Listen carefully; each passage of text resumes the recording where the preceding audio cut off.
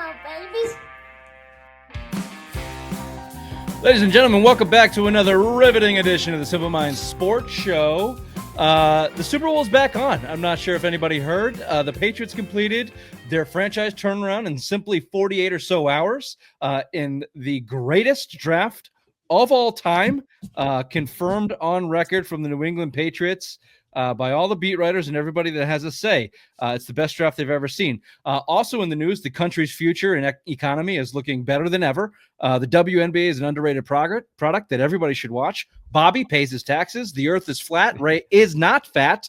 And I am not triggered by what I believe to be stupid people. All things true will be discussed on today's show, including the greatest draft of all time. But as always, we're going to start with opening takes. Ray, you're under suspension for stealing Bobby's takes 2 weeks ago. You get to go first. Thank you, Richard. Nothing negative. It was all positive, just like you said about this draft. One of the greatest drafts the Patriots have ever had. These are the same people that said Jamarcus Russell should have gone number one. Ryan Leaf was the 1B quarterback to Peyton Manning. With that said, the Patriots got filled. They did fill a lot of holes at the same time that we don't know what these guys are going to. What? Did you make a mother joke, you son of a bitch? Nope. All right. With that said, the Patriots they filled a lot of holes, but at the same time, we don't know what these guys will do in the NFL. It's a wait and see approach, and let's cut the bullshit until after week one to see what these guys actually fucking have. And you're met your quota on mother jokes. I didn't say anything. Also, you're right. It was the greatest draft of all time. I'm going to shift over to Celtics. They moved past the Magic. A lot of people calling it a great warm up for this team. No. Look, they were going to beat the Magic in 4 or 5 games regardless, as long as Tatum played. Said that a while ago. Tatum showed out. We could take this one of two ways. Yes, they got their radar up. It looks like Tatum was playing with a chip on his shoulder, but there's no guarantee that travels to the next 3 rounds. What it did was get the third best player in the league, one of the best players in the league, got his shooting wrist injured. Your other best player is playing on a hurt knee. They've got time to recuperate, but you had to go up against a tough defensive team that were playing like a bunch of schoolyard hacks, going for injuries and doing what they could to stay into games. And that doesn't make a team that's already won a championship tougher. That just makes their road tougher because now they're a little bit more beat up than they were. Drew Holiday missed the last 2 games with a hamstring. So I would have rather beat the Hawks by 50 points for 5 games than have to deal with getting the shit kicked out of you for 5 games in a win for the Celtics. But regardless, here we are. We're into round 2 as expected. Just a little bit more beat up, but at least they got some time to recover. Bobby, your opening take. That was a pussy approach. Were you referring to his find out whatever the fuck or the Celtics or Magic? No, I'm talking about Rich's approach that, they're all hacks. I wish we would have played the Hawks and beat them by 50. That's a pussy approach. Oh, okay. Yeah. Well, that's what you come here for, folks. The stellar analysis of fucking pussy takes, pussy approaches. Oh, run it down the throat, fucking pussies. Oh, let's bash your fucking heads in. No, we had the easiest schedule after the All-Star game, after the All-Star break, and we wanted to toughen them up. Anyways, go ahead. Kill the libs. Very good. Mike Vrabel doesn't give a shit. That's crystal clear. If you have anything to do with previous Patriots regimes, he'll kick you out. He drafted a long snapper, which was for some reason being overlooked. That's not problematic. Just first of all, drafting a fucking long snapper, and then immediately cut the team's long snapper, Joe Cardona. Get the hell out. Well, I have one question. We drafted a wide receiver. Why have we not cut Kendrick Bourne? We drafted one, cut his ass, get him out of here. The guy's an absolute clown. He professes it specifically in every press conference after the game. Mike, cut Kendrick Bourne. And they're about every season, no matter the sport, as it begins, Bobby's got an agenda. And this year clearly is. I will use my platform to better my interests. Yes, as anyone should. Well, what's it before? It was Zappy before. Like Zappy should have been the starter all along. Mac Jones. You guys were big Zappy guys. Zappy was better on the field than Mac Jones in a Patriots uniform. I think that's fair to say. Fact, not opinion. Yeah. First of all, that's also not facts. But that's fine. We've got narratives on the show, and that's good. Like, a pussy approach. Oh, you fucking pussies. Fucking pussies, Celtics. You don't want to fucking compete. No, I wasn't calling them pussies. I was calling you a pussy. Fucking pussies. Oh, you a fucking pussy. Pussies. Fucking pussies. You know who's not pussies? The Patriots. They accomplished the greatest draft in NFL history. If you talk to anybody except for Bobby, and I'm sure as soon as they cut Bourne, Super Bowl's back on for him too. It's all puppies and rainbows down there in Foxborough, so we'll be talking about that again. All things true tonight. All things true. Up and down the totem pole with Chief Bobby. We've got a couple ups and a couple downs going on there. Celtics send the Magic packing. We'll check in on the NBA playoffs. This or that with Chief Bobby doing double time because Ray doesn't do anything, but I'm the pussy. Simplest Minds of the week. Welcome to the Simple Minds Sports Show. Friday Rewind live Thursday, May 1st. Welcome to May.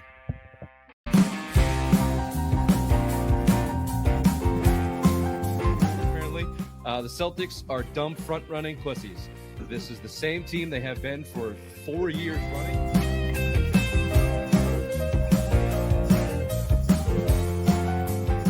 Well, my worst nightmare came true. Missoula and Mayo are friends. What the fuck? Apparently, they've known each other since Virginia. They have these docking sessions where they talk about ball and managing people.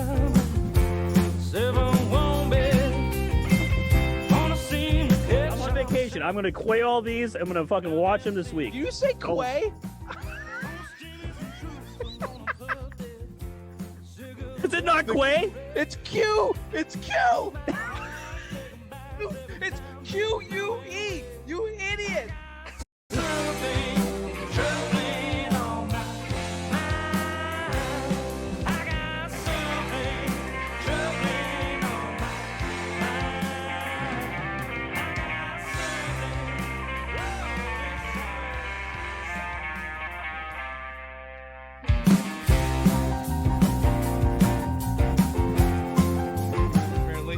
The Celtics are dumb front-running pussies.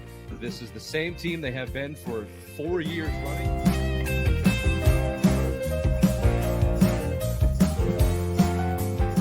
Well, my worst nightmare came true. Missoula and Mayo are friends. What the fuck? Apparently, they've known each other since Virginia. They have these docking sessions where they talk about ball and managing people.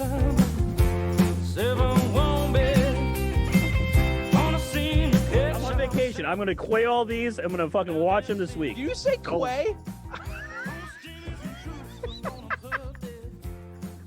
Is it not quay? It's Q. It's Q. It's Q-U-E. You idiot.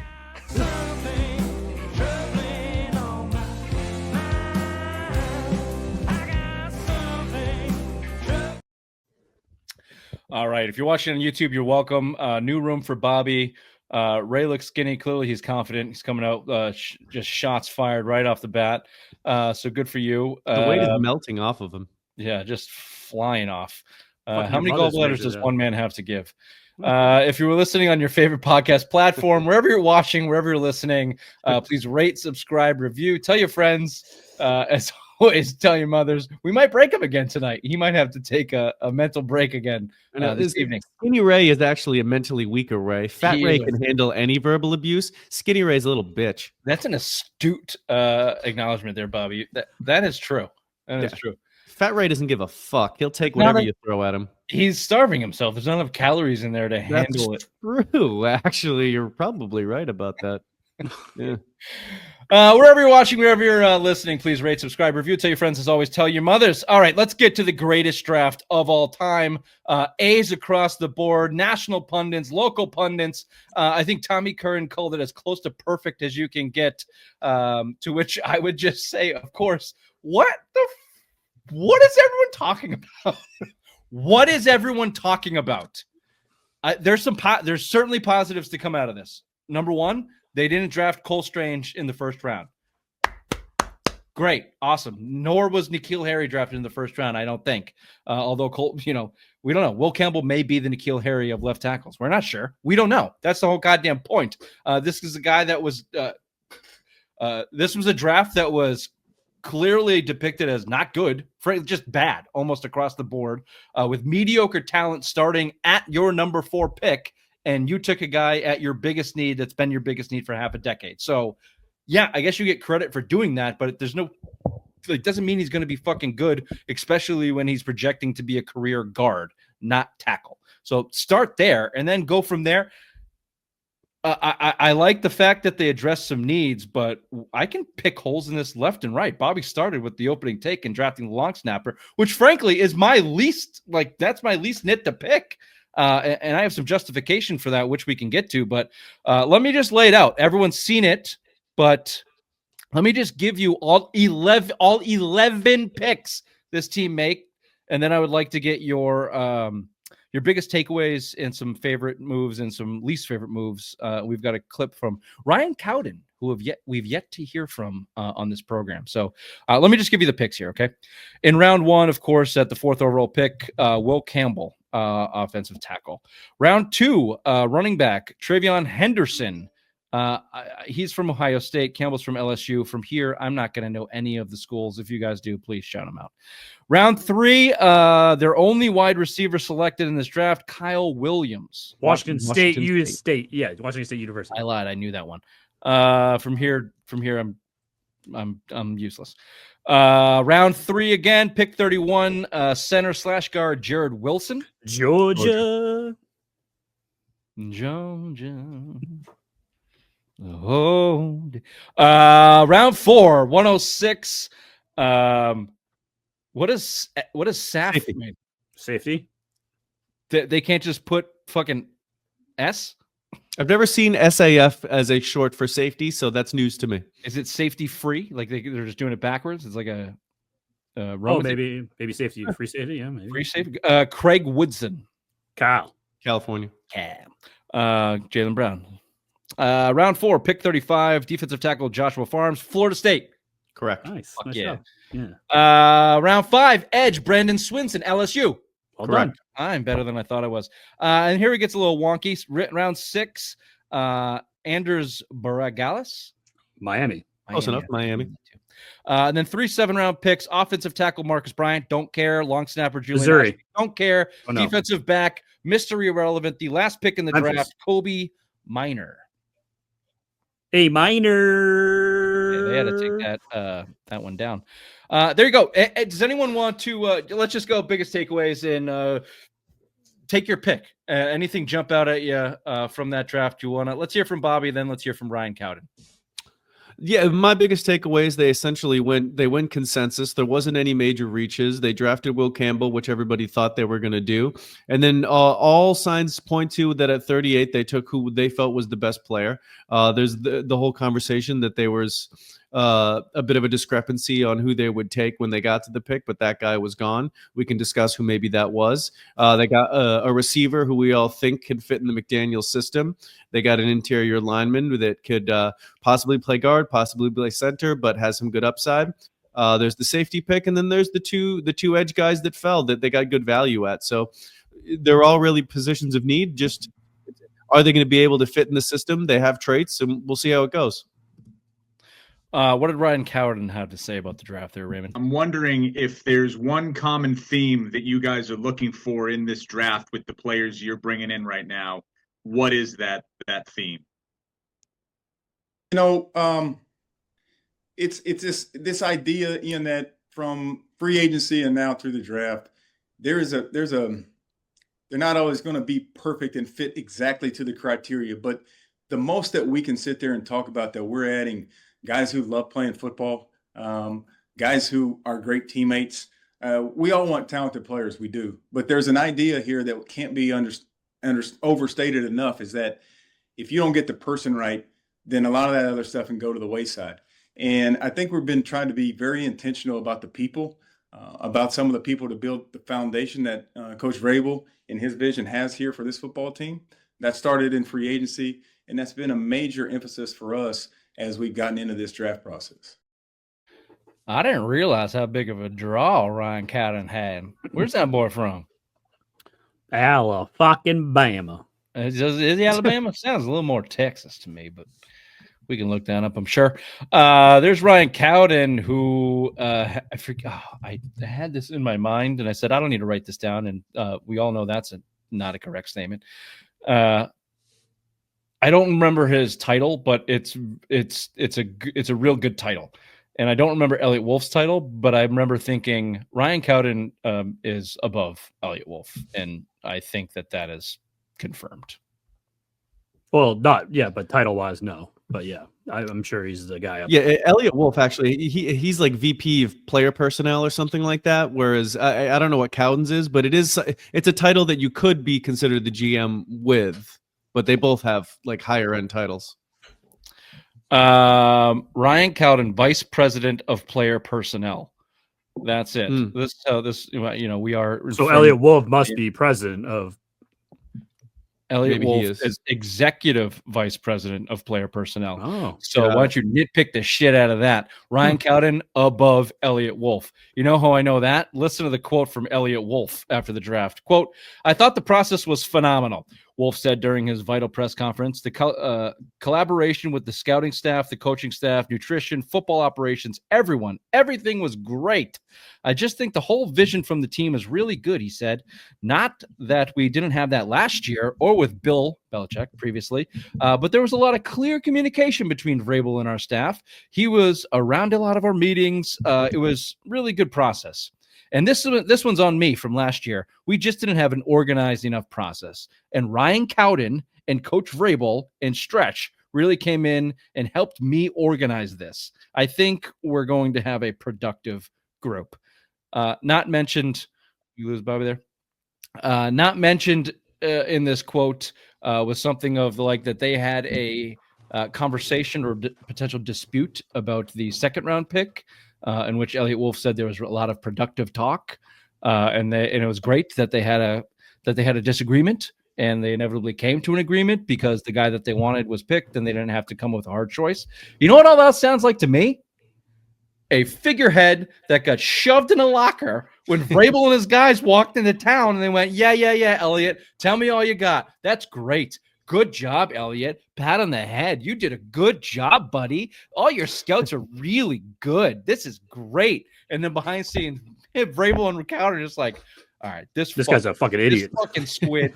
Kraft wants him to have a say. We'll give him. It's like a little brother, a little cousin hanging around. You just like have to be polite because the parents want you to. Elliot Wolf has been a rat fuck for years. That's how he got the job. That's how he's still staying in the job. He's got a contract. Kraft has fired enough people in this organization that are not working for him anymore. Elliot Wolf's still here. The dude doesn't have an ounce of fucking power. He has. I think 251 was his power. What? Say that again. Pick 251 was his power. Pick 251. Yeah, he gave him. They're like, "All right, go get him, Elliot." He's like, "What do you want, Elliot?" 251 is right because the Bobby's point. He didn't even have the long snapper. Elliot Wolf's not drafting a long snapper.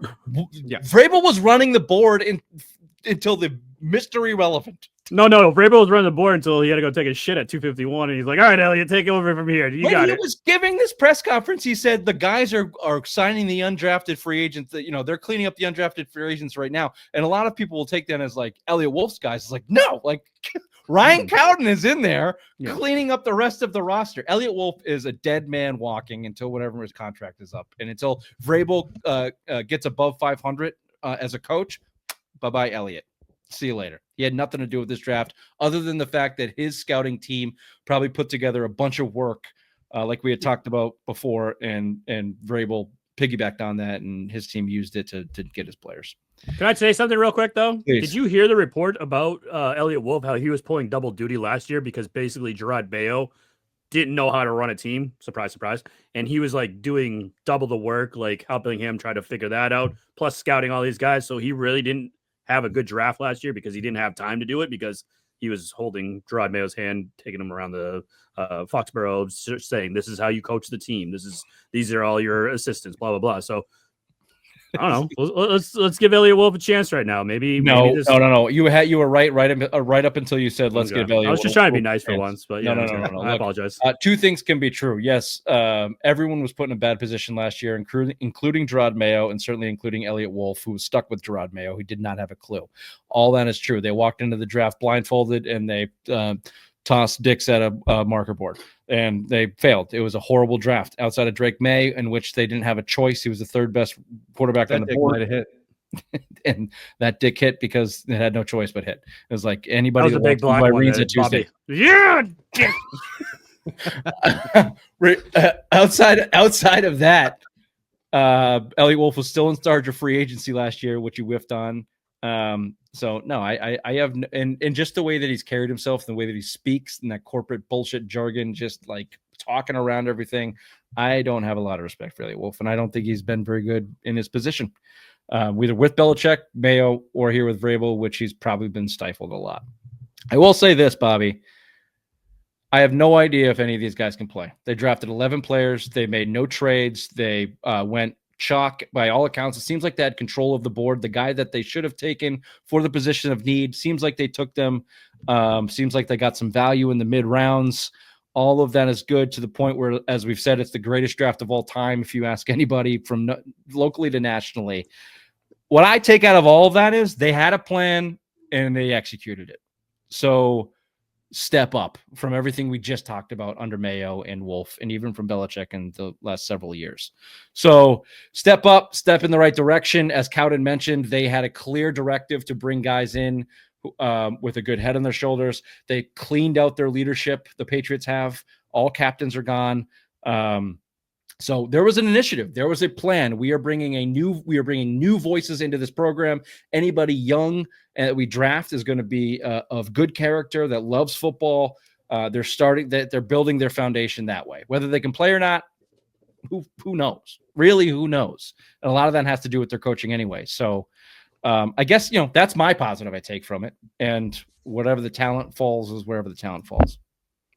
Yeah, I like to look at the offense a little bit and see how that they could have what Henderson and Williams really are. They've added some speed, they've added some weapons. They needed to change the offense, and we think about how McDaniels is going to use them. Henderson's going to be that gun. He's going to be the gun back. He's going to be the one back there. He's not really like he's not like James White, but he's going to pass protect. He's going to be the back that's in there on passing downs. He's fast. He can get touchdowns. Really what it looks like when you look at the picks that they got guys that can protect the quarterback, the guys that they think can score touchdowns, and the end guys to go after the quarterback. Those are the three things that you need to do big time. They really need them, and hopefully those guys can come through on that. Rich has said it all along. You got to build from the inside out, and that's what they did in this draft. They did the inside out. They worked on the offensive line, defensive line, and had protected the quarterback. Yeah. I mean, the players... Nobody has any problems with the players. I forget the only real nitpick was the safety was seen as a reach. He wasn't really the highest safety on the board when they had taken it. That's fine if he's one that can play. He more fits their style. The other guys were more box safeties. This guy was more of a free safety, so maybe that's why they chose that. But if they can play, they can play. And in the fourth round, it wasn't like it wasn't as much of a thing as some of the other reaches we've seen from them in the past. That run, that 4th to 5th pick, that's my favorite part of the draft.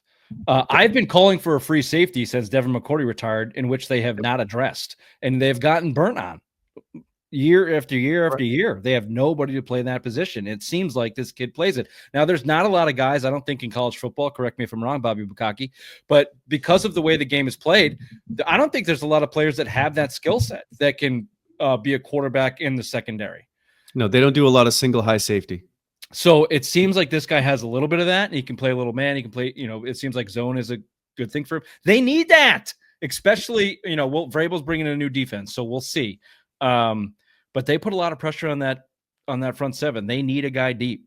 So I like that pick. The Joshua Farmer kid, a lot of people, here I am. I'm about to tout the greatest draft of all time, but a lot of people call him the steal of the draft. He seems like a motivated guy, great size, interior. They need a nose tackle to play this defense. Between him, Barmore, Milton, and the guys they got up front, they've got a real nice depth there if Farmer can come in and play. And then the Swinson kid, edge was another position that they don't have anybody to play that role right now. Landry is an older guy that doesn't necessarily even fit that mold per se. And what I like about Swinson is, from everything I read, is they went down to see Will Campbell at LSU, and Swinson jumped off the field for him, and they marked him, and they kind of targeted him and grabbed him. So I like those picks. They were both possible top 100 picks before the draft. Let me give you the tackle. Let me give you the kicker and the long snapper and why I don't care about it. They needed both. Well, maybe they don't. Maybe you don't need a long snapper, but if you don't have one, you did need one because you didn't want to pay one $4 million next season. Who was also a captain in a holdover from the old regime, which was a clear point to get rid of. So that was again, it was part of the plan. They knew Cardona was not going to be a part of this team, so they needed to fill that role. Both of those guys were highly touted. Berligalis was the top-rated kicker in the draft. If he went to undrafted free agency, now you're in negotiations. Same with the long snapper, Julian Ashby. So they said, instead of going to undrafted free agency, let's just spend our draft capital on them. They took 11 guys. When you're in the 6th and 7th round and you're talking about kickers and long snappers, the draft basically resets. So, it's all supply and demand at that point. So how many kickers are even worth a draft pick? You got the best one. I'm okay with it. You needed it. It's fine. And so what else are you going to take? You're going to take some schlacky fucking linebacker in the 6th, 5th that probably won't make your team? No, give me the best kicker on the board because you need it. I'm okay with that. Did you check his Wikipedia just to make sure he doesn't have any racist tattoos on him before? That's the last time we drafted a kicker. It didn't work out so well. Now he is kickers ago. He is from Miami and does have a suspicious name, so he might not be in the country much longer. But other than that, seems like he's a good fit. There you go. Any worst moves? What are your least favorite moves of the draft, Raymond? Will Campbell. Oh, this is actually who would you have taken? Now we've seen it play out. I mean, I wish we could have traded back. That's the ultimate thing. You wanted to trade back, but he was the best. He was the biggest need that you guys needed to fill the hole with. So obviously, you got to take Will Campbell. Well, you saw the other two tackles. You also had Kelvin Banks and what the Missouri cat. What's his name? The right tackle there. Oh, Membu. Thank you. They went top 10 after that. So yeah, if they had traded to 10, they would have been out of that first tier of tackles. Yeah. But everyone was clamoring for, if we could have traded back, we could have probably, I don't know. I just don't feel comfortable taking Will Campbell at 4. Here's the second guess, and I don't necessarily agree with this. They took Henderson at 38 overall. Could you have taken Genty at 4, who was by far, head and shoulders the best running back and potentially a generational back based on the talent and what you would read about? Taking Genty at 4, use your draft capital to get back into the late first and take the kid from Oregon or Simmons from Ohio State and fill the left tackle spot with a guy that maybe has more question marks, I guess I would say, but maybe not really, because Will Campbell is long-term slot. If you're doing that, you're taking out. You're not drafting Kyle Wilson or Jared Wilson or Williams, because you would have had to trade one of those picks. So you're losing out on a player for Genty. Yes, well, that's what I'm saying. So it's you're losing a player, but you're getting that. So it's really more. What's your value there? Well, let's just watch. This is why the draft, and anybody that says this draft is amazing doesn't know anything at all. So let's see what Genty becomes. Let's see what the offensive tackle from Oregon becomes, and Simmons from Ohio State, and Will Campbell and Henderson, and let's see how all these guys turn out to be as NFL players. Now, circumstances are what they are, but this is in 2 or 3 years you'll be able to second guess all of these picks, depending on how things go. But I'm with you. Real quick though, the Kyle Williams pick too, like a wide receiver from Washington State, who in the Pac-12 there's only 2 teams, Washington State and Oregon State. I think that's a little silly. I wish we got a guy that was in the SEC, Big Ten, something like that, like a big conference where you could see better competition. This guy was playing against like shit. Okay, allow me to give you the worst thing. They drafted 1 wide receiver. Their starting wide receiver core, as it stands right now, is the same fucking receiving core as it was last year, unless you count Matt Collins, who doesn't wear shoes, because Stephon Diggs and his 32-year-old ass will not be ready for week 1, and he won't be himself until next year. So not addressing the wide receiver position, I think, is a mistake. Not even taking a flyer in the middle rounds or late rounds, unless they go back into the free agency. You got a Keenan Allen, Amari Cooper out there. I've been saying it all along. You go sign 2 veterans and you draft a young kid, I'm on board. If they can fill that gap with a veteran here in free agency before camp, I will take this all back. But just going with a 3rd-round pick and Kyle Williams, 3rd-round wide receivers, they could pop or they could flop. Almost a 50-50, maybe less than 50-50 chance for this kid to work. You're starting the season right now with Pop Douglas as your number 1 wide receiver. Mm-hmm. So you took Traven Henderson in your 2nd-round pick. By all accounts, the kid's a stud. He's got injury histories, but he's a running back. And you've got a top 15 running back on your team right now who understands McDaniel's system, should be pretty good at it. Unless Henderson becomes the kid from Detroit or Saquon Barkley next year, we're going to second guess that, especially with who went right after him, Luther Burden. Luther Burden went to Chicago, and he seems like a dickhead. Yeah, he's a head case. He was never going to get picked. But talent out the ears. So let's watch how those two careers and seasons go. You know, Burden goes there and cuts it up in Chicago, and you're stuck with fucking Booty and Bourne not running the right routes. Major second guess, not addressing the wide receiver position again. Yep. Yeah, next year the same needs. The needs are going to be the same next year. It's going to be tackle and it's going to be receiver because they're going to need a right tackle for the future. This is even if Campbell works or not exactly, and they're going to need a receiver. Those two things are going to be the same. Yeah, now you know they got this Marcus Bryant in the 7th round as a tackle, but yeah, they addressed. Let's put it this way before we move on. They have addressed immediate needs. I think they've got a NFL product to put on the field this year. A lot of that, I think they're putting a ton of pressure on Josh McDaniels and Drake May still with pass catchers, and Stephon Diggs, a ton of pressure to come back and be reliable as a number 1 guy at 30-something years old with a blown ACL. It's not a recipe for success in my eyes, but they're certainly better than they were. Outside of the Patriots, biggest draft notes here, though. Obviously, the biggest story coming out of the draft was Shedeur Sanders drops basically 100 picks to the 5th round for being an entitled prick. Your thoughts? And his dad's an entitled prick too.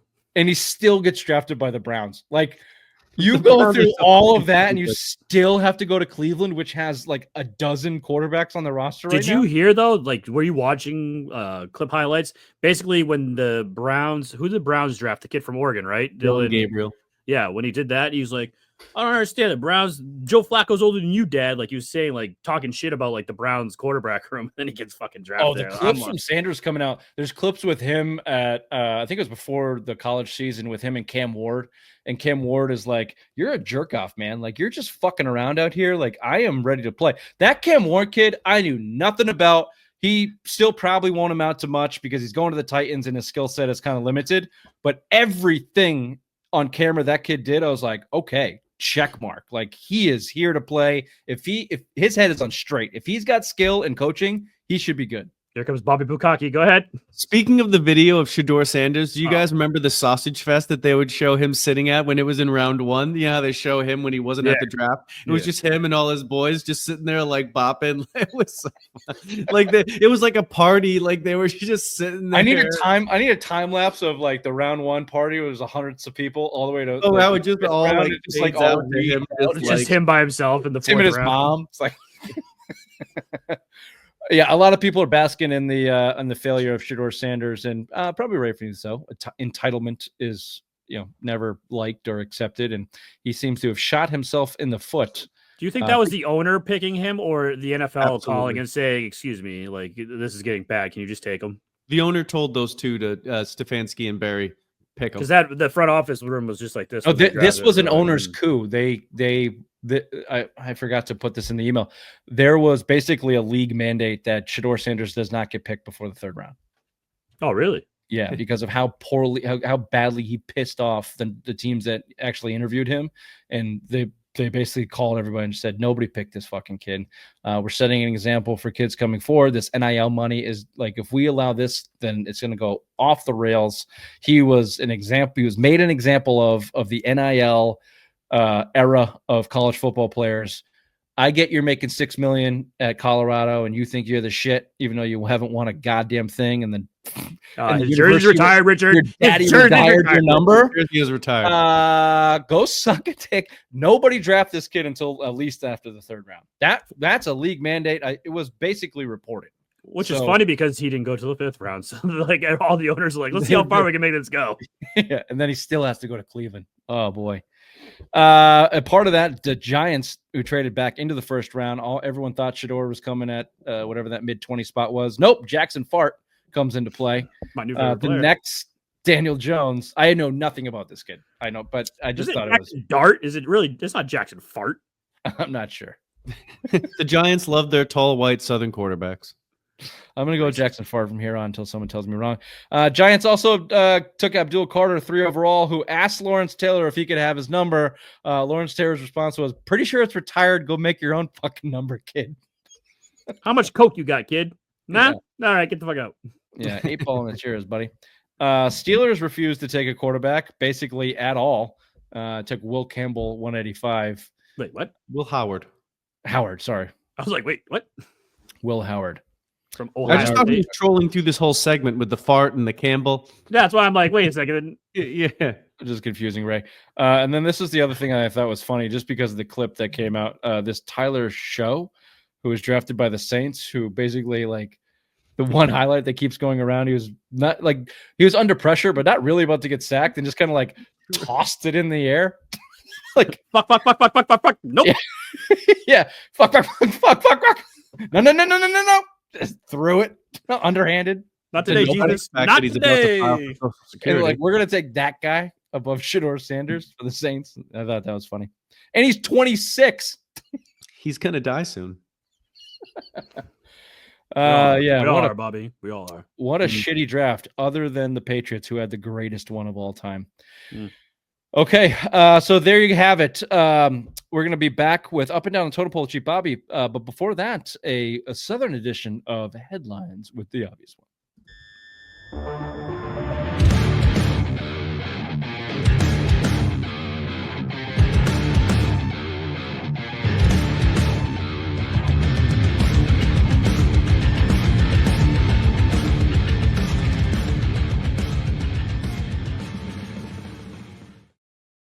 Well, howdy there, folks. Welcome back to Headlines with the Obvious One, where the only one thing more confused than my noggin is a chicken trying to cross a road with a blindfold on. I'm about as sharp as a bag of wet biscuits.